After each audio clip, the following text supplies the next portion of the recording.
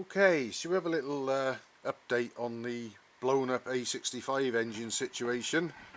And for those who don't like my shaky hands, I'm using a tripod today and I'll plop the camera down on it in a minute.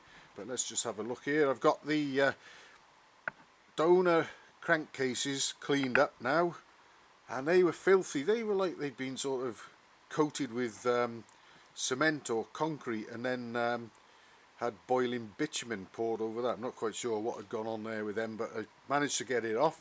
Had to sort of virtually chisel a lot of it off and then use the parts washer and a wire wheel in the electric drill to get the rest of it off. So we got some clean, presentable and usable crankcases now. I've also taken the conrods off the crank, and obviously this is the one from the timing side, the one that came out unharmed. The big end journals and the timing side journal are all on standard actually, and I remember that after double checking from when I built this, well not this engine, but the previous incarnation of it, which is over there with the big holes in it. I'd actually managed to get a crank whose journals were all on standard and all polished up okay. So the big end on the timing side is fine, although as soon as I'll be fitting new conrods I'll get new shells anyway. The drive side conrod that broke, the big end in that is fine as well actually and unscathed, but again it'll have a full set of new shells when I put the new conrods in, and they will be new conrods.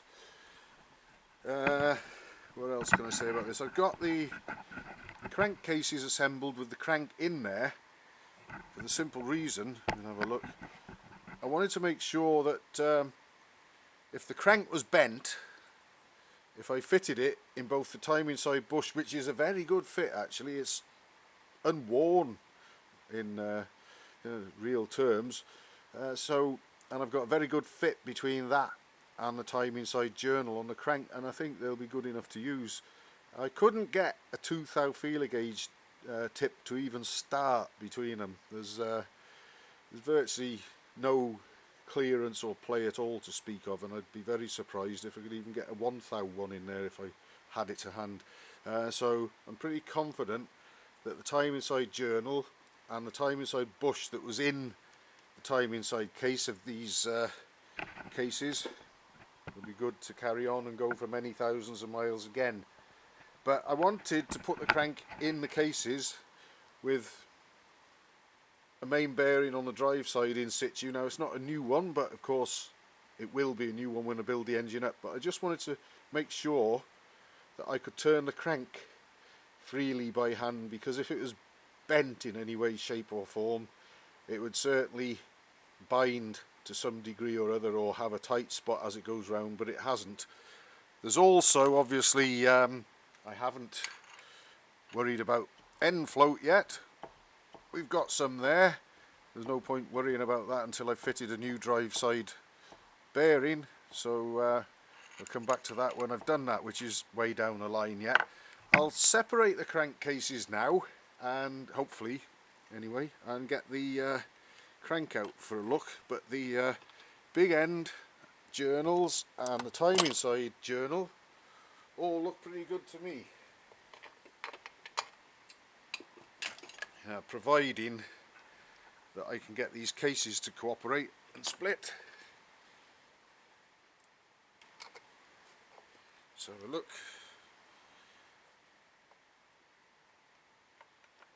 You don't always separate too easily in the beginning.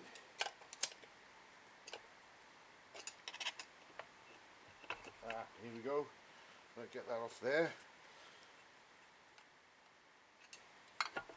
Right. Let's have a look, shall we?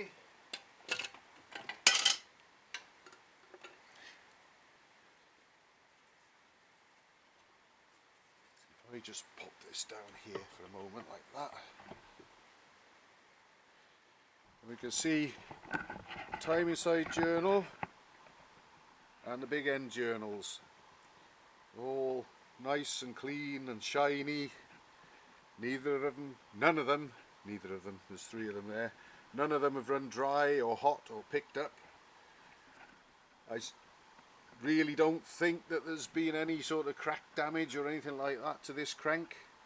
So the next stage, I think, will be to order new conrods, new big end shells, a new drive side main bearing, because that is just the old one out of the really filthy donor engine. So obviously I won't be using that, and I certainly won't be using the one out of the engine with the great big hole in it, because that certainly must have probably taken some shock, I would have thought.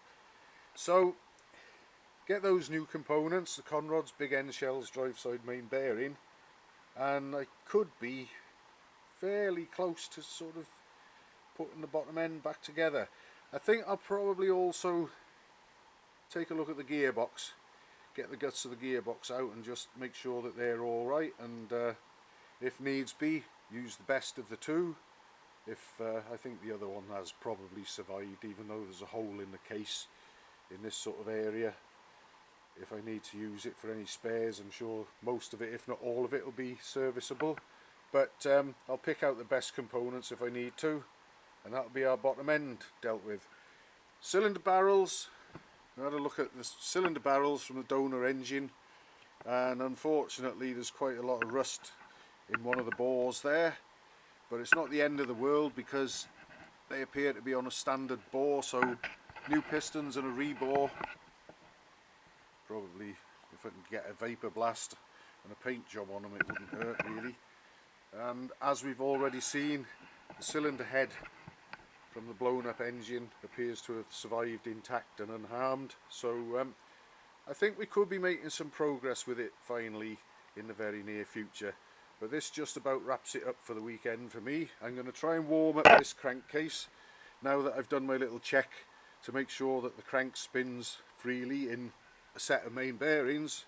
I'm going to heat this up and try and get the old outer race out of there, ready for when a new one comes and I can fit that at some point in the near future. That's where we round it off pretty much for the weekend.